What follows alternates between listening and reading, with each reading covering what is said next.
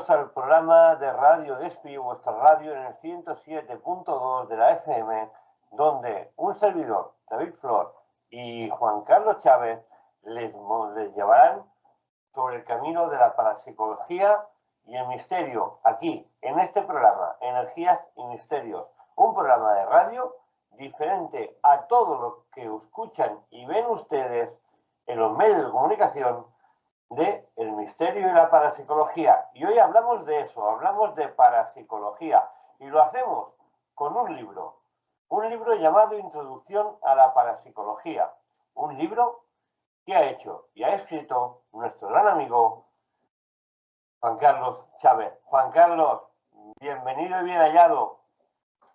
Hola, muy buenas en estos tiempos de fiestas todavía. Todavía no hemos terminado de empezar con la resaca, o sea que... Muy bien. Háblanos de tu libro, porque yo me he puesto muy contento, me puse muy alegre. No estaba una botella de champán porque no tocaba, pero sí que me alegró mucho que sacaras por fin un libro de la parapsicología, porque yo te considero uno de los grandes maestros de la parapsicología, un gran parapsicólogo, un gran investigador, aparte de una gran persona, pero realmente una persona que cuando habla con causa y explica las cosas de una forma tan sencilla que todo se entiende. Juan Carlos, ¿qué te motivó a hacer este libro y qué podemos encontrar en él? Bueno, el motivo, pues la falla, digamos, o la falta de libros realmente que hablen de lo que es la introducción a la parapsicología, pero que sean de una forma que sea entendible, ¿vale? Porque sí que existen y muy buenos autores de introducción a la parapsicología, pero normalmente son trabajos muy técnicos. Y hablando con ahora que son estudiantes, unos chavales jóvenes que querían estudiar y que no entendían perfectamente cómo funcionaba lo de la parapsicología, porque claro, todos conocemos de que todo el mundo es parapsicólogo.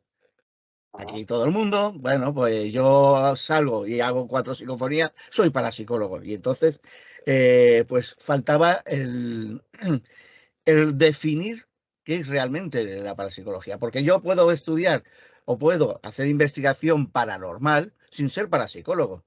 Correcto. ¿Vale? No mezclé, o sea, lo interesante era no mezclar esos conceptos que están bastante mezclados de por sí. Y entonces, pues resulta bueno, estos chicos estas personas a las que tengo mucho aprecio, que son de Valencia, no aquí de Barcelona, yo soy de Barcelona, bueno, me comentaron, Andia, y hacer un curso avanzado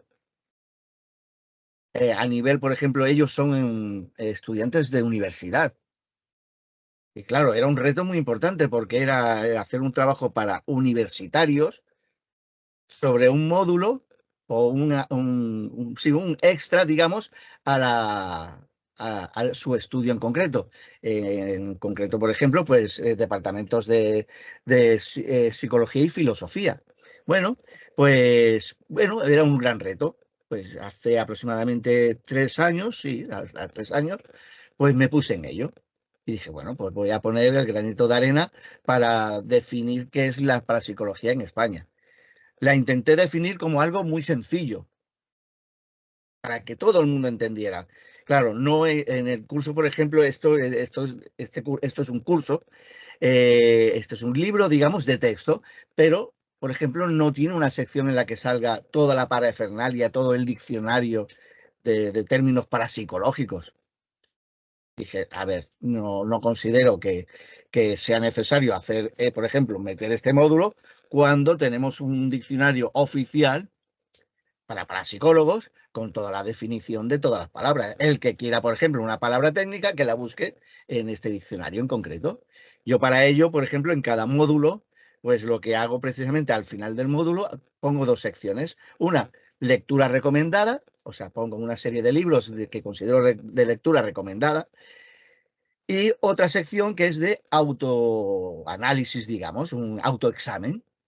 Y de esta manera, pues la persona, pues en todo caso, pues rellena, digamos, el cuestionario y él mismo puede definir, digamos, qué ha fallado, qué no ha fallado, o sea, para definir qué grado, digamos, quiere llegar a tener de conocimiento sobre el tema en cuestión, ¿no?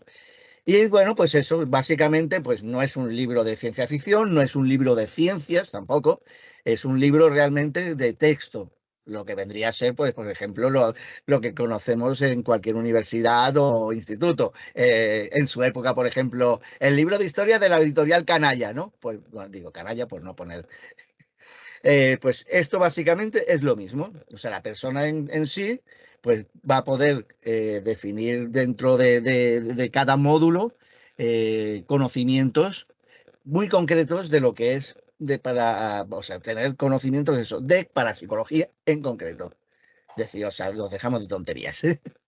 Como cualquier libro de texto que hay en las universidades o en los colegios, estamos hablando de un libro de texto que va a ir dedicado seguramente a estudios universitarios, que no es cualquier tontería. Estamos hablando de gente que está haciendo la carrera de psicología y Psicología o están filosofía. estudiando esta rama, que es una vertiente de la psicología, que es la parapsicología.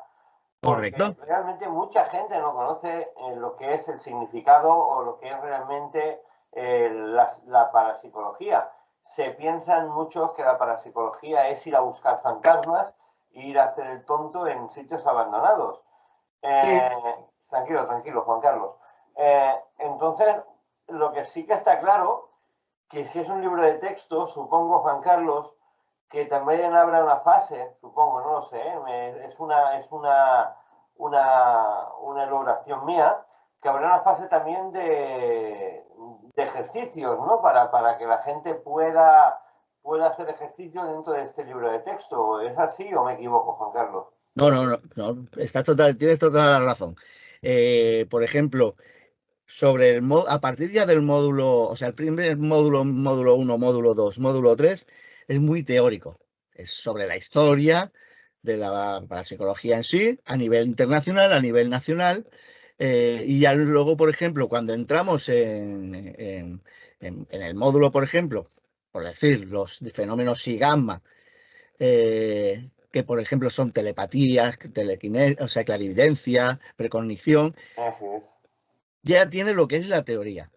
Y antes, o sea, en la parte de ejercicios, incluso hay introducido un número X de trabajos que se pueden realizar en casa. ¿Vale?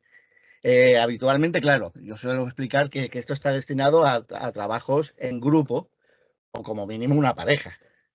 ¿Qué ocurre? Claro, a ver, no puedes hacer un trabajo de cálculo o sea, de fenómenos telepáticos, ¿vale? Por ejemplo, un test telepático, si no tienes a otra persona, queda un poquito, queda un poquito pobre, ¿no? Que dices, bueno, mira, tengo un acierto del 100%, porque estoy acertando mis propios pensamientos, ¿no? Se necesita precisamente, pues eso, habitualmente está destinado a personas que puedan en cierto momento contar con un equipo o con un número X de personas, desde una persona a grupos. Yo normalmente suelo decir que los mejores grupos son de máximo de 6 personas. Y luego ya veremos, por ejemplo, por qué se refiere a esta limitación. No, no es de cajón, o sea, no es de manual y no se puede pasar. Sí se puede pasar, pero habitualmente yo suelo trabajar con grupos de 6 personas, que luego se podría explicar, más que nada porque son grupos más controlables. O sea, tú vas a cualquier sitio y entonces, pues, si estás haciendo un ejercicio X, puedes controlar más a un número pequeño que no ya un número grande. Las probabilidades de que se produzcan interferencias o fallos, digamos, en algún ejercicio son muy superiores en el momento en que ese número se amplía. Bueno, pues básicamente ya a partir de los módulos estos de la parte media, son 7 módulos. Por ejemplo, hay un módulo que es exclusivamente, por ejemplo, para la radiestesia. Y la radiestesia, por ejemplo, dices, hombre, la radiestesia dentro de la parapsicología, pues también la parapsicología. Ajá. Ahí explica precisamente por qué la radiestesia está dentro de lo que es el fenómeno de investigación parapsicológica y se refiere más a la conexión real que existe a niveles campos magnéticos entre el fenómeno ser humano o cualquier animal, el ser humano, y el fenómeno tierra, o sea, el elemento tierra, de lo que parece. ¿Vale? Y entonces, pues hay una interacción que nosotros hemos perdido, la mayoría de la gente. Con los ejercicios radiestésicos, precisamente, se están realizando muchísimas pruebas, incluso en departamentos de arqueología. Hoy en día, médicamente, por ejemplo, yo no me canso de explicarlo, médicamente ya se ha descubierto qué zona del cerebro se desarrolla, digamos, un zahorí o un radiestesista. O sea, hay una zona física, ¿no?, que interactúa. Con lo cual, con esto, pues desarrollamos, digamos, no hacemos que una persona, yo no digo que todo el mundo de buenas a primeras diga, o cojo un péndulo, o cojo las varillas, hago 4 ejercicios y ya soy radiestesista, no.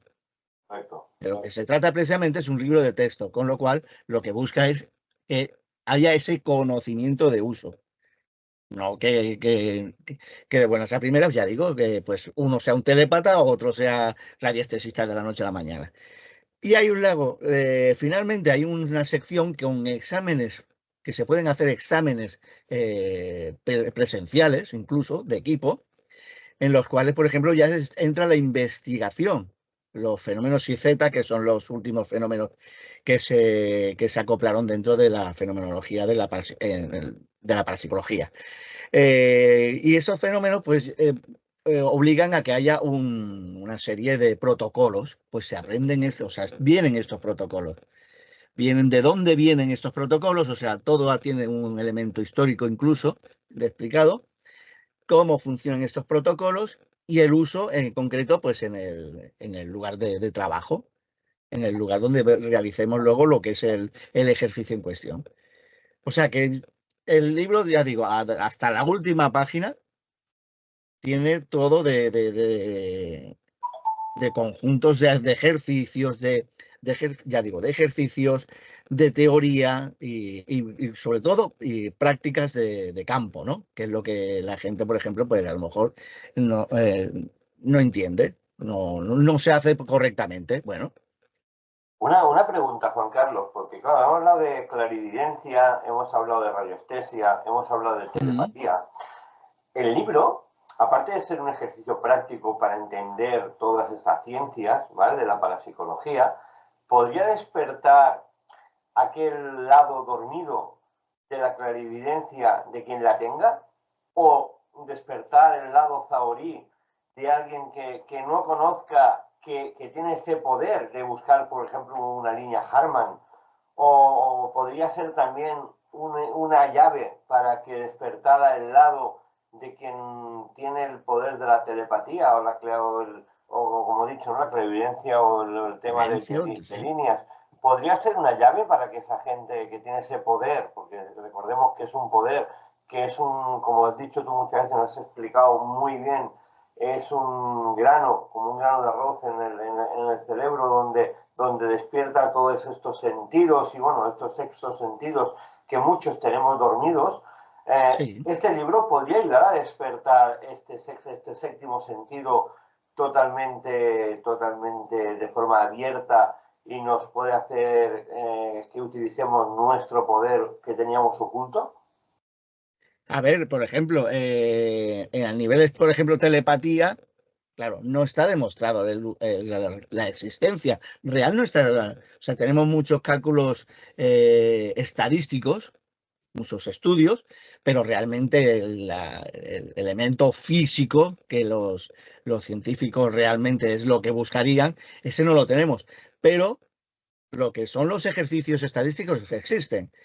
Sabemos perfectamente que hay una interconexión entre todo el mundo, en realidad.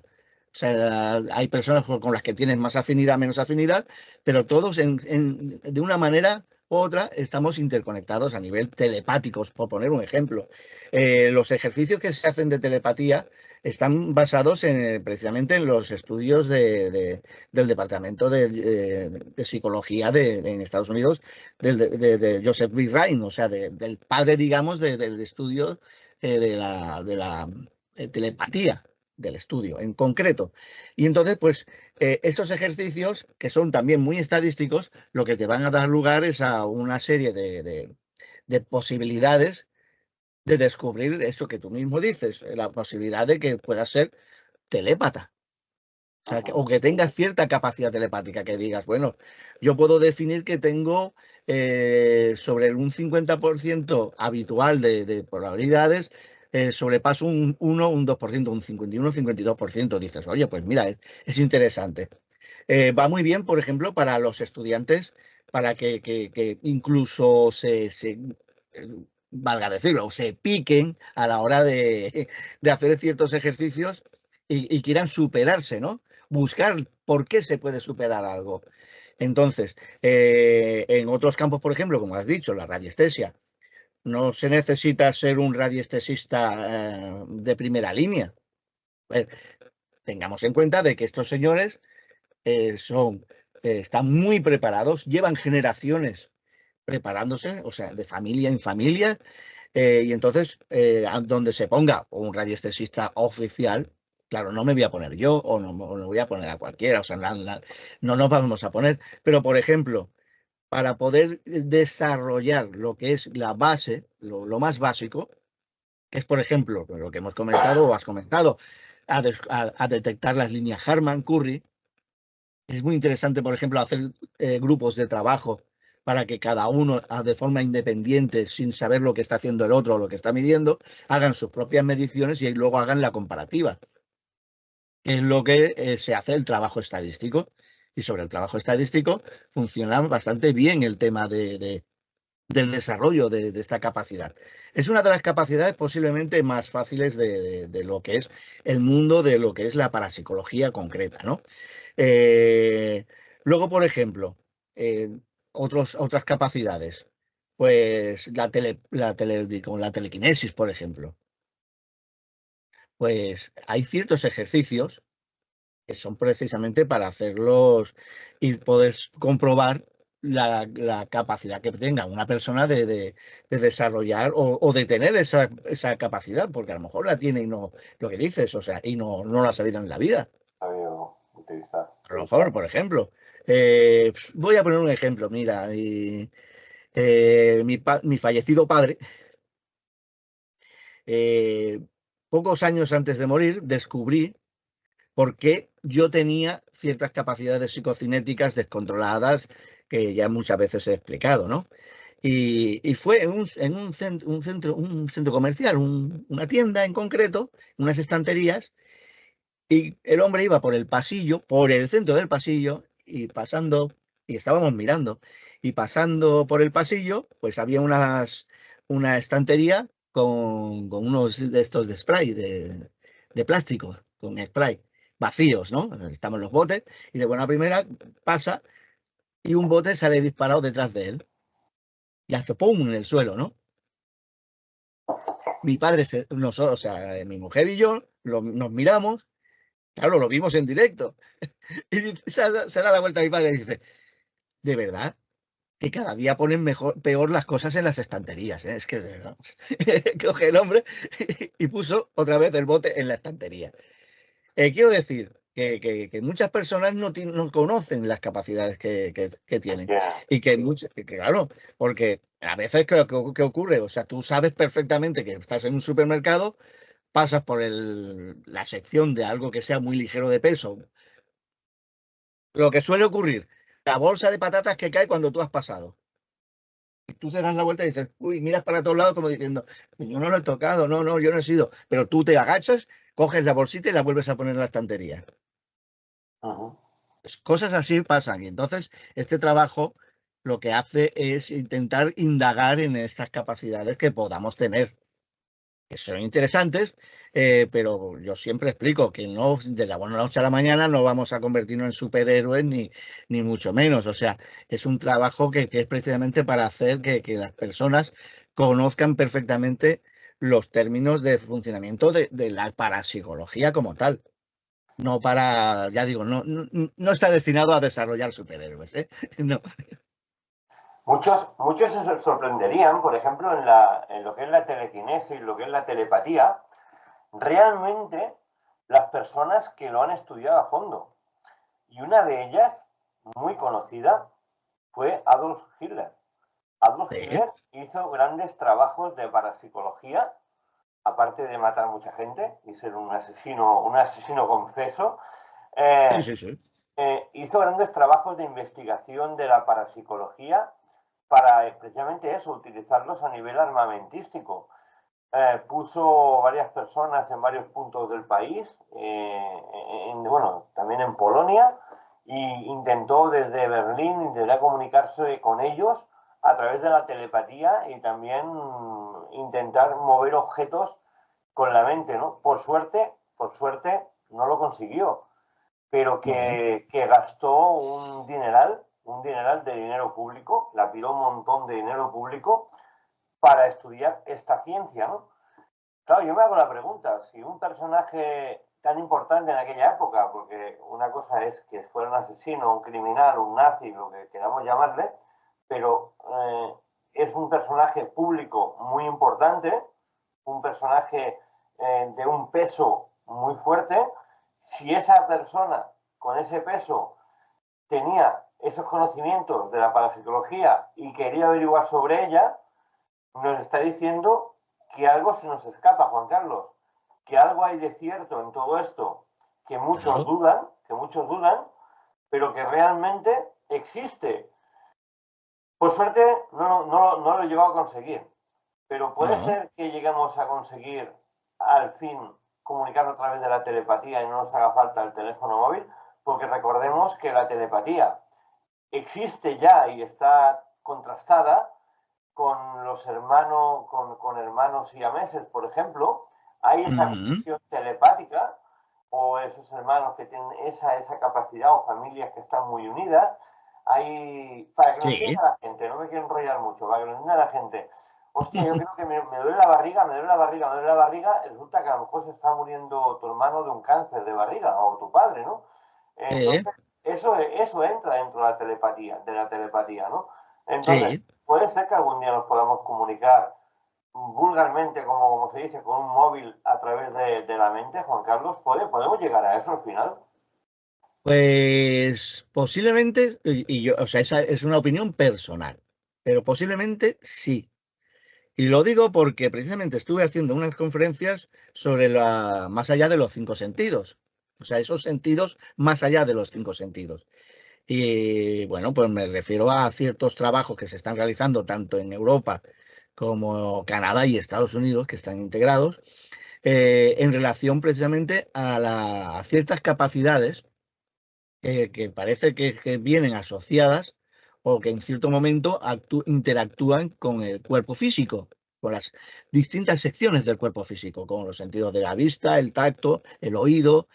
Y bueno, pues entre otras cosas, por ejemplo, que es interesantísimo, que bueno, los esotéricos llevan miles de años explicando lo del cuerpo etérico, lo del el cuerpo astral, esa energía que nos envuelve, ese aura. Y necesitamos llegar al siglo XXI para que cierto departamento en Suiza haya descubierto que el ser humano pues tiene varios campos electromagnéticos que salen de nuestro cuerpo. O sea, que se expande, ¿vale? Está el cuerpo magnético cercano, el cuerpo medio y el cuerpo externo, que puede estar incluso 1,5 metros, se extiende 1,5 metros por fuera del cuerpo humano. Bueno, pues se ha descubierto, y ellos, claro, ahora le llaman campo magnético externo. Y digo, vale, se han necesitado para que llegue un señor científico para lo que es el aura y lo que son las energías etéricas externas del ser humano, como han dicho miles de años. Ahora, como ellos le han puesto un nombre, ahora han descubierto eso y ahora le ponen un nombre. Pero también han descubierto de que hay ciertas interacciones en el sistema nervioso a nivel táctil. En las terminaciones nerviosas del tacto, resulta que también es sensible a ese tipo de energía electromagnética que se expande fuera del cuerpo humano. Y resulta que de esta manera han descubierto que existen las interacciones entre los seres humanos. Eso de entrada. Se han descubierto, por ejemplo, lo típico, que hay una persona detrás tuyo, tú no lo has visto, pero tú te das cuenta de o notas una vibración o un algo te das la vuelta y hay una persona que se ha acercado sigilosamente. O te sientas en un autobús, se sienta una persona al lado y no la conoces de nada, pero no te cae bien. O sea, no te cae bien. Y no te ha hecho nada si no la conoces. Pues resulta que van descubriendo de que toda esa interacción existe por esa vibración o sea, ese choque de los campos magnéticos. Pues a partir de eso también están trabajando a nivel telepático.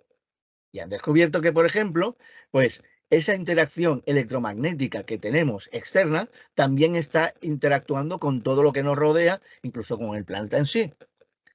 Y entonces, por medio de eso, pues posiblemente en el futuro, si van trabajando sobre esos campos, posiblemente descubramos que hay una conexión, como el teléfono móvil es inalámbrico. ¿Y cómo puede ser que siendo inalámbrico, o sea, un teléfono, un aparatillo así, cómo puede ser que interactúe, por ejemplo, con un teléfono tuyo que está a tanta distancia? Bueno, pues hay unas conexiones puente, hay una interconexión con las ondas de radio que hay en la atmósfera y en el espacio, ¿vale? Con lo cual, esto es ciencia y lo que se busca es precisamente que la ciencia pueda explicar o pueda descubrir cómo interactuar el ser humano entre los seres humanos sin la necesidad de un aparato electrónico, para que nosotros seamos ese aparato electrónico de forma natural.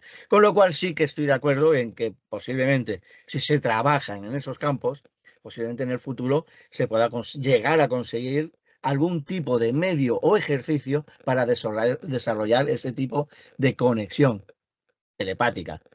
A ver, básicamente un teléfono, si te fijas, si no tiene un sistema operativo, no se reconocería uno a otro. Han desarrollado algo intermedio para que ese aparato pueda interactuar con los demás. Si no, sería un teléfono normal y corriente, pero sin capacidad ni siquiera de conectar, porque si no está conectado con un programa puente, tú no llamas con este teléfono. O sea, el momento en que el sistema operativo se rompa, este teléfono no te sirve de nada. Porque todo lo demás funciona perfectamente, es capaz de interactuar con lo que tiene los teléfonos que tiene a su alrededor, pero le falta lo esencial, el aparato en sí, o sea, el cerebro. Y nosotros, precisamente, posiblemente en el futuro, funcionemos de esa manera. O sea, los ejercicios y los estudios que se están haciendo a nivel universitario, sobre todo, y científicos, lo que buscarán es cómo crear o cómo descubrir conectar ese programa con otro programa, básicamente inalámbricamente. Y yo creo que sí, que lo conseguiremos. Y más que nada por lo de Hitler. Bueno, pues has explicado muy bien, ¿vale? Hitler se gastó, incluso llegó a gastarse el 8% del PIB. El 8% del PIB No, nada, disfrazado, el 8% del PIB. Pero es que realmente no fue el único. Es que en realidad es no, como todo. teníamos a Stalin, teníamos a Churchill también, que también hacía Tenemos lo a mismo. Churchill, claro. Por ejemplo, Churchill, utilizó a ciertos magistas o sensitivos de la época. A Lester Crowley, por ejemplo. Eh, por ejemplo, en Rusia tenían a Blavatsky, ejemplo. Y si no tenían a Blavatsky, por ejemplo, tenían a ciertas personas que eran ya descendientes de esta línea de estudio. Estados Unidos, por ejemplo, también. O sea que quiero decir que todos los países más importantes de la época dijeron, si este está estudiando, yo lo quiero antes. Al igual que la bomba atómica, y pongamos el ejemplo brutal de este tipo. En la Guerra Fría, tanto por Estados Unidos como por Rusia, se usó mucho el estudio de la La parapsicología y sobre psicología. todo la telepatía, ¿eh? Se usó Oh, muchísimo. Se a ver gestionó que, mucho dinero público en este sentido, ¿eh? sí, sí, sí, desviado, por cierto. O sea, Ya, no podían decir a la opinión pública que se estaban gastando un X% del PIB en eso, ¿no? O sea, una elucubración que ellos mismos estaban creando. O sea, tengamos en cuenta de que la parapsicología no tiene buen nombre a nivel, sobre todo nacional, pero a nivel internacional, por ejemplo, es complicado, pero es por una razón muy sencilla, porque son los mismos gobiernos los que quieren controlar la situación. Si no controlan la situación, lo eliminas. ¿Y cómo lo eliminas? Pues bueno, desprestigiando. para eso está la prensa, o sea, para eso están, por ejemplo, hoy en día las redes, o sea, desinformación. Y más que desinformación, crear precisamente esos bulos que la gente, o sea, produzca risa. Pero básicamente, o sea, de esa manera, por ejemplo, ellos pues pueden trabajar en secreto sin que nadie desvíe, o sea, desvíen la atención y entonces ellos trabajan más libremente. Pero eso, a ver, básicamente eso ya lo sabemos desde hace ya casi 100 años, o sea que no es de ahora. Una cosa, Juan Carlos, cuando se habla de parapsicología, muchos no hablan de un fenómeno muy extraño que se da mucho en el tema parapsicológico y también en las investigaciones paranormales, que son los RAPs. Hay Ujú. gente que no habla de ellos, no se ha explicado bien lo que son. Sabemos que son una serie de golpes, concretamente son Eh, 93, 4 golpes, pero bueno, claro, háblanos un poquito de los raps. Y no me refiero a un tío mal no, no, vestido, los raperos con no. cadenas y los pantalones cagados. No, Me refiero con todo el... a golpes inexplicables en el mundo de la parapsicología. ¿Dónde entrarían este tipo de fenómenos extraños? ¿Entrarían donde también las psicofonías? ¿Entrarían en el mismo grupo? Entra en el fenómeno sí capa. Y entra dentro de, claro, la psicofonía también se denominan, entran dentro del fenómeno sí capa, ¿vale? Que son los fenómenos, por ejemplo, del, bueno, entra, por ejemplo, la telequinesis, entran, por ejemplo, todo lo que son los fenómenos de movimiento, bueno, telequinesis y asociados. Ya digo, psicofonía, los raps, por ejemplo, pues se considera que es un fenómeno en el cual, por ejemplo, el ser humano tiene mucha importancia. Ahí donde lo vemos.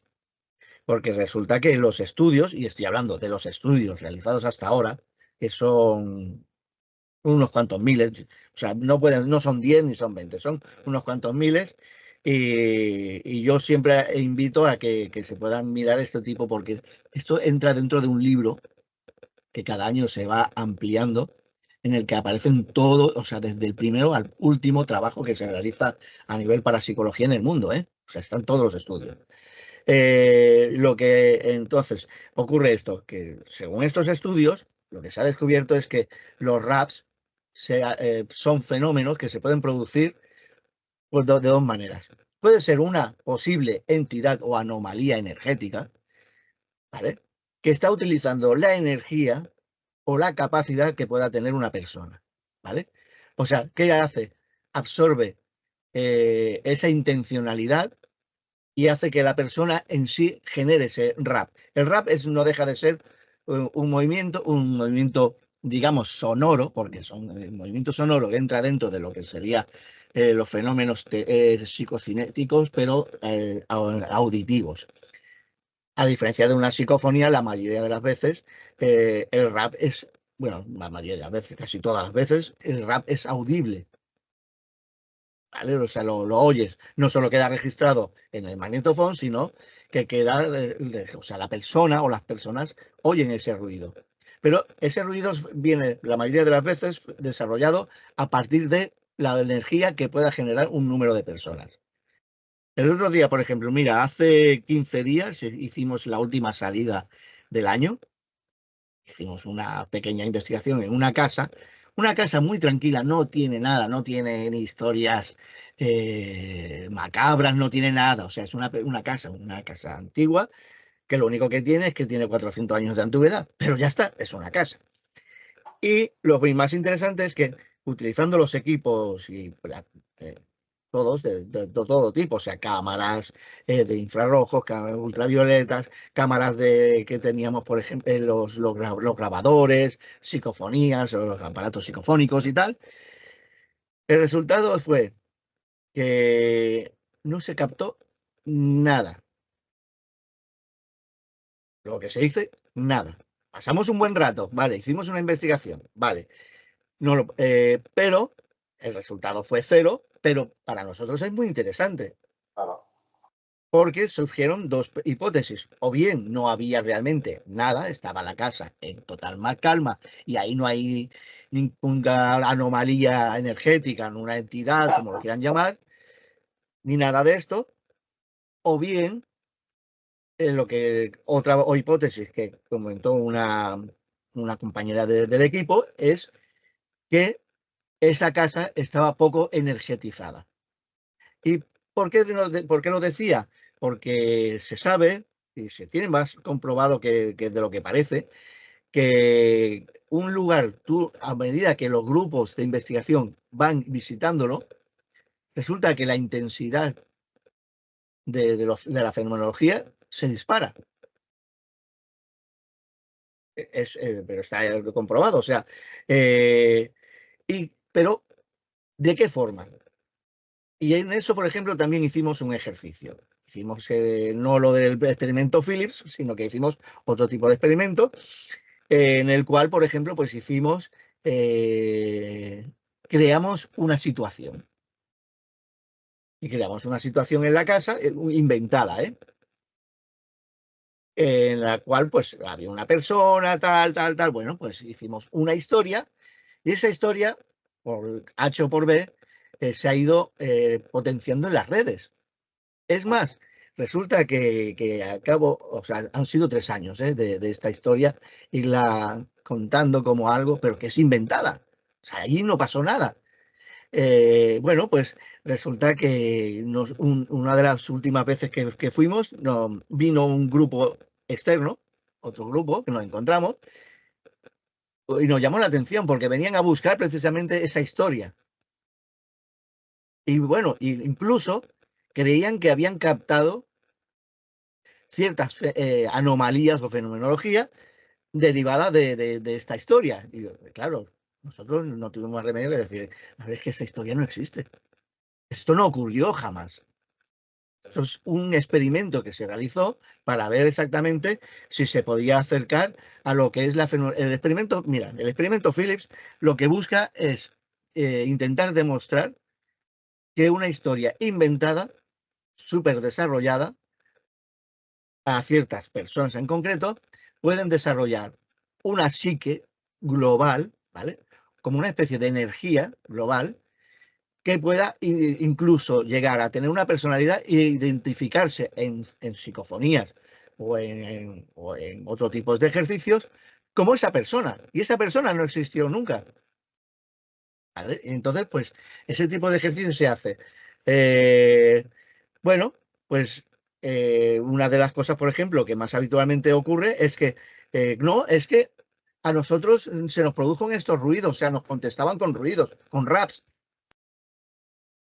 Estabais o sea, en este caso, esas personas, ante esa historia inventada, los raps los estaban creando ellos, Ellos mismos, sí. ¿vale? De forma inconsciente. ¿Vale? Porque el inconsciente y el subconsciente humano es muy interesante en ese aspecto. Pero a nivel psicocinético lo estaban creando ellos. A ver, una de dos. O lo estaban creando ellos, o posiblemente, o sea, una tercera opción, posiblemente había una entidad que se asoció y dijo, mira, es la manera de llamar la atención. Y hago ruiditos, y la gente me siguen, y entonces yo me alimento, ¿vale? Pues no olvidemos que en uno de los grados de investigación de la parapsicología en concreto es intentar descubrir si estas entidades se alimentan de nosotros, como las larvas, Correcto. de nuestra energía. Y entonces, pues nosotros estamos haciendo todo ese tipo de investigación. A ver, el libro básicamente lo que intenta es definir precisamente de que la parapsicología es un elemento que en realidad puede ser muy aburrido para la persona normal que viene de aventuras y tal.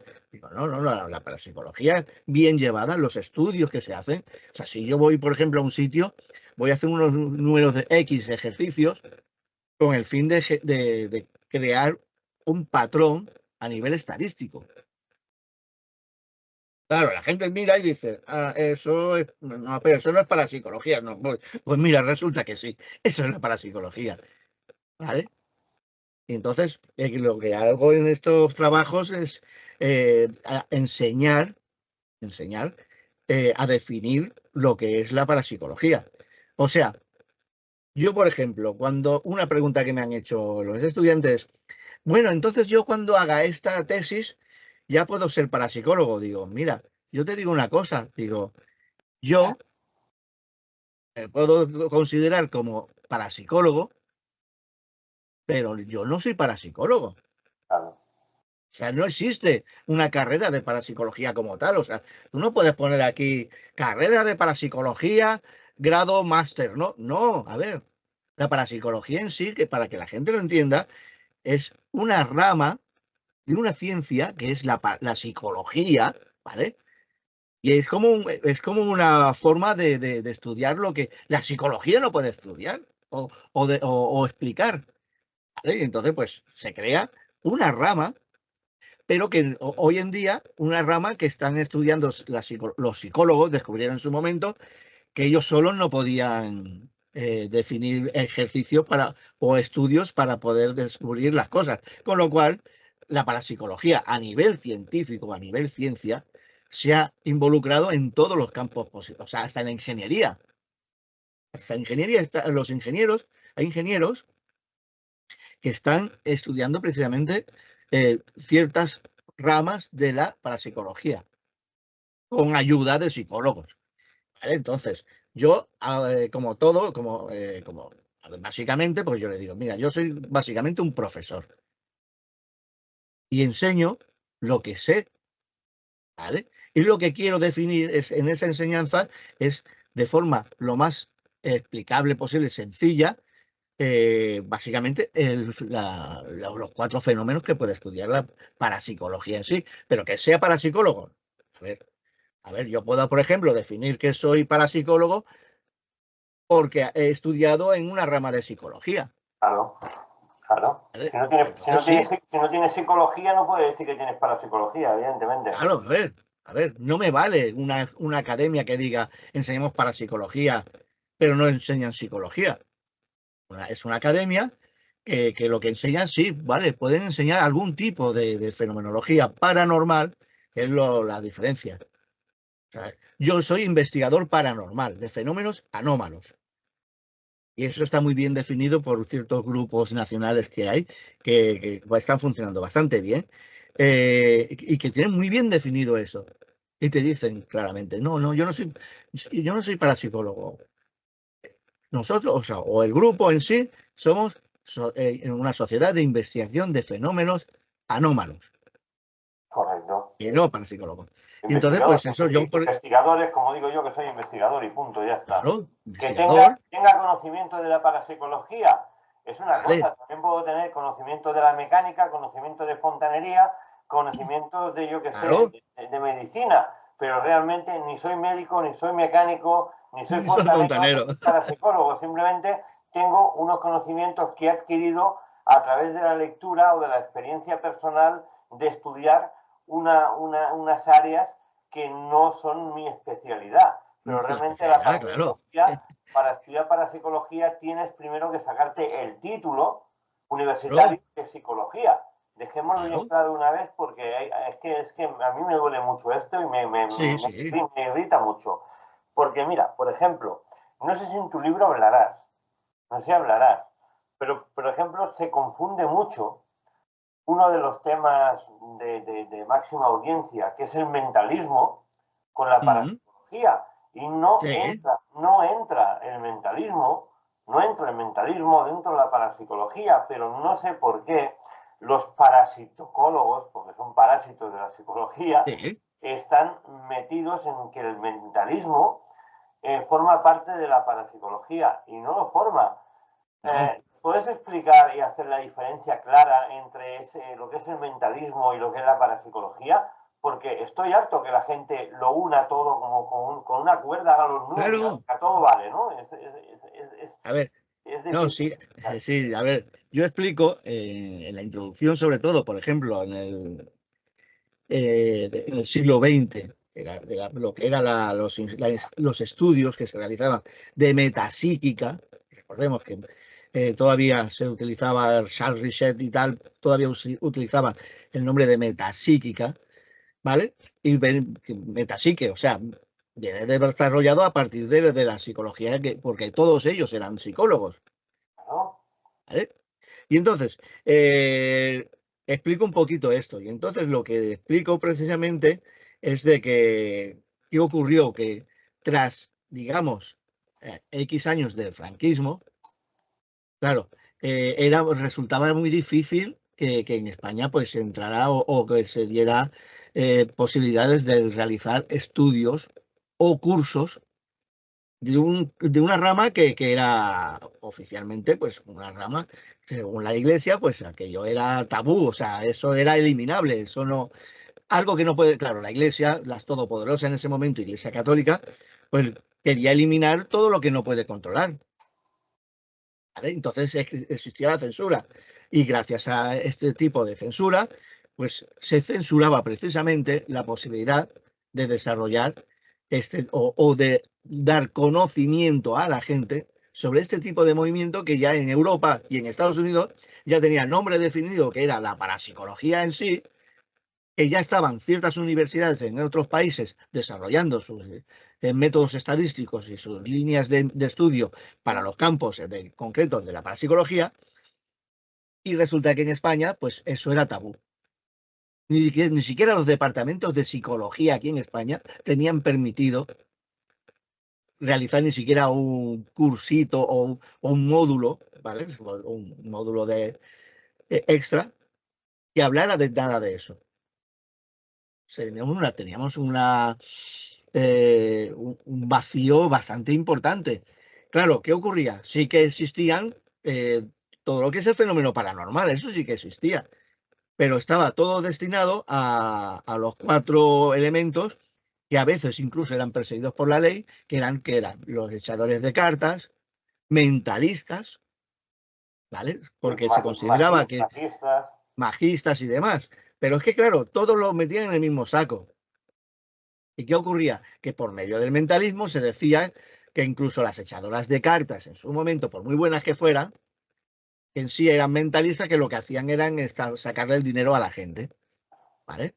Y entonces, bueno, a finales de los 50 aparece un señor que era mentalista, o sea, ya salió de España para investigar, para estudiar y para realizar, bueno, tengo los carteles, hay carteles y tal, en Centroamérica y Sudamérica, incluso en Estados Unidos, de su espectáculo, y era un mentalista, era al que le tengo muchísimo respeto. Yo he estudiado en su escuela, el señor Fassman, ¿vale? Y entonces, pero claro, bueno, me da igual que me digan o me ponga de vuelta y media, porque yo ponga como ejemplo de mentalista a Fassman.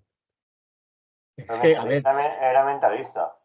vale, lo que pasa que fue el primero, yo creo que utilizando el mentalismo, le costó 3 años, pero consiguió crear la primera escuela de parapsicología en España. ¿Qué hizo? Se vino para España, porque recordemos que él había trabajado incluso en Estados Unidos. Bueno, vuelve a España, que es su idea, o sea, consigue engañar o, digamos, convencer a la todopoderosa Iglesia y demás, y entonces pues crea esta primera escuela de parapsicología, de la cual han surgido, la verdad, todos los mejores parapsicólogos de los 70, 80, 60, de los 60 a los 90, los mejores. Y yo los tengo en mucho aprecio. Roca Montañola, o sea, bueno, pues incluso de Sebastián Arbó, hay que tenerlo. Para mí siguen siendo grandes investigadores, grandes estudiosos del tema, pero cuando, claro, yo estudio en 2 escuelas en Barcelona, allá por los 80, y me di cuenta de que por medio de X cosas externas que ya empezaban a llegar de fuera, me di cuenta de que esa parapsicología que enseñaba o que yo estaba aprendiendo se distaba mucho de ser como la que podían, por ejemplo, dar a conocer en Francia, Inglaterra, Estados Unidos, incluso Argentina. Yo decía, es raro, ¿no? O sea, dentro de la parapsicología, meter cosas como, por ejemplo, la carta del tarot, la Ouija. O sea, una serie de cosas que Es dices, espiritismo. Recordemos que la Ouija pertenece claro, al grupo del a la, espiritismo. claro, eso es una línea esotérica. Que yo también soy No esoterista, tiene me nada que parece ver. perfecto, pero me gusta definir elementos, o sea, términos, ¿no? Y ya está, o sea, mi mente es así. Y entonces, pues yo necesito saber exactamente qué es esoterismo y qué es parapsicología. Y en su momento, pues dije, mira, la única razón, la única manera es estudiar fuera. Y entonces, pues bueno, fui al extranjero, bueno, por aquel entonces no fui al extranjero, sino que empezaban a aparecer las primeras, recordemos que no había internet ni nada, y todo era básicamente porque o alguien te lo decía, o de chiripa lo veías en algún tipo de revista de investigación y tal. Y en un número X de una revista, pues vi que, que se ponían en contacto y que hablaban en un reportaje sobre parapsicología británica, la SPR británica, y, y me llamó la atención. Intenté buscar información en distintas revistas y demás. Bueno, el caso es bueno, pues descubrí lo que era realmente la parapsicología y dije, hoy, esto no es lo que yo pensaba. Me ha hecho mucha gracia porque siempre cuando yo explico parapsicología o doy el curso, me dicen lo mismo. Ay, es que yo no pensaba que era esto. Y digo, "Ah, bueno, ya sé, todo el mundo piensa lo mismo". Pero ocurre eso, o sea, que básicamente descubres y terminas descubriendo que una cosa es mentalismo, otra cosa es las líneas esotéricas y otra cosa es parapsicología pura y dura científica y ya está. O sea, y no es ni mejor ni peor que otra cosa, pero es simplemente para definir. Entonces, yo a partir de ese momento he podido definir en mi vida. Si hago ejercicios de canalización de energías y demás, pues estoy haciendo unos ejercicios de una escuela esotérica de la cual yo he estudiado en su época y ya estaré haciendo, o sea, estaré haciendo un ejercicio esotérico, o sea, un movimiento de energías a nivel esotérico. No es para psicología. Es lo que te iba, lo que te iba a comentar, lo que te iba a comentar, Juan Carlos, que la gente confunde la parapsicología con el ocultismo, el esoterismo, el Sí, espiritismo, la demoniología y también demonología. lo que es el mentalismo. Estas ciencias, que son ciencias, no digo que no Sí, sí. existan, son ciencias, pero que nada ni tienen que ver con el tema parapsicológico, pero que todo el mundo los mete en el mismo paquete. Has tocado antes un tema muy importante, que es el tema de los arquitectos, de las obras y todo Mm, esto. Y hoy en día hay muchos arquitectos que antes de construir un edificio, una casa, un monumento o cualquier cosa, estudian mucho la radiestesia, lo que son las líneas Harman, las líneas Curry, sí, sí. también los vacíos energéticos y las cargas energéticas de ese lugar para construir o no construir o inclinar el edificio para el sur, para el oeste o para el norte, Claro. ¿no? Es importantísimo el movimiento energético de las tierras porque eso después puede afectar al estado no solamente físico de las personas que viven allí, sino también al estado psíquico. Es muy Sí, importante explicar todo esto, Juan Carlos. No sé si en el libro lo explicas. pues explico, bueno, yo explico totalmente todo lo que es la investigación en sí, de dónde surge, eh, y explicó precisamente lo que son los tipos de estudio que a nivel, lo que decías, casas y demás. Pero recordemos, por ejemplo, que y no es para psicología, pero por ejemplo, a niveles radiestésicos hay viejas creencias o no son ciencia, porque claro, está dentro del esoterismo, como es, por ejemplo, bueno, el Reiki, o por ejemplo, que recordemos, Reiki es el movimiento, Ki es energía, y Reiki es el movimiento de la energía, ¿vale? Luego el Feng Shui, por ejemplo, mira, hemos necesitado cambiarle el nombre para darle sentido a ciertas cosas que todo el mundo utilizaba desde más allá de la Edad Media. Porque, por Bueno, ejemplo, los mejores arquitectos de El catedrales, Reiki utilizado durante toda la humanidad, porque el Reiki es simplemente la imposición de manos. imposición de manos, Cuando a ti te duele la cabeza, te ponen la mano en la cabeza. Estás ¿no? haciendo Reiki. Cuando te duele la barriga, te ponen las manos en la Bueno, barriga. Estás claro. haciendo Reiki. Entonces, es una cosa tan antigua que parece que ahora, con los nombres que se le han puesto, son Sí, sí, súper ya está. modernos, ¿no? Mira, me hizo mucha gracia el otro día cuando decían, antes, dice, hasta el año 2004 eran maremotos. A partir del 2004, cuando se produce el maremoto de Indonesia, se le llama tsunami. Sí, sí, Y correcto. ya nadie utiliza la palabra maremoto. Tsunami es japonesa, que significa gran ola. Ya está. Y maremoto, que es un terremoto marítimo, maremoto, ¿vale? Que produce esa ola, ¿vale? Con ello, por ejemplo, pues lo que estabas comentando, ha ocurrido todo. O sea, el Feng Shui. A ver, los señores que hacían catedrales y que hacían casas en la Edad Media, aquí Yo en tengo en Europa, cuenta. aquí en Europa, ¿qué pasa? O sea, tú imagínate que ahora puedes viajar y dices, ¿está usted utilizando, qué línea de Feng Shui está utilizando usted? Te mete, como digo yo, te llena la cara de aplausos a la primera de cambio. Feng Shui, anatema, ¿no? Feng Shui, ¿qué es eso? No, no. O sea, quiero decir que claro, todo tenía en su momento su nombre original, ningún problema, pero que se ha estado utilizando y que en cierto momento, posiblemente a finales del siglo XIX, principio del siglo XX, con la industrialización y la creación de las grandes ciudades, las grandes urbes, ahí hubo un momento en que los mismos arquitectos perdieron el oremus. Un arquitecto del siglo XIX hasta el siglo XIX, una de las cosas que tenían que utilizar precisamente era composición de la tierra. Si era granítica, por ejemplo, si era granítica, o sea, recordemos que en España, por ejemplo, más del 70% de la, digamos, subsuelo de España es granítico. Es complicadísimo porque el granito es magnéticamente potente. O sea, es una energía muy potente. Si encima resulta que tú le mezclas con agua salada, genera electricidad. Quiero decir que la importancia que tiene un país como en España, que en su momento hacía un estudio de campo para saber qué composición, o sea, qué cantidad de granito podía tener el terreno, si tenía o era arcilloso. Hoy en día, por ejemplo, se estudian los terrenos más que nada para que el edificio aguante, que no se desmorone, ¿no? Pero antiguamente se buscaba o sea, qué capacidad de interferencia podía tener un edificio. Recuerda que se construían en piedra.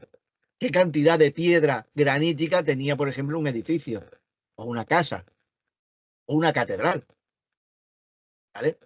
¿Por qué se utiliza tanto la piedra caliza, ¿vale? En las catedrales, en las iglesias, y no la piedra granítica, porque sabían que ese problema del granito estaba solo y exclusivamente destinado a una zona.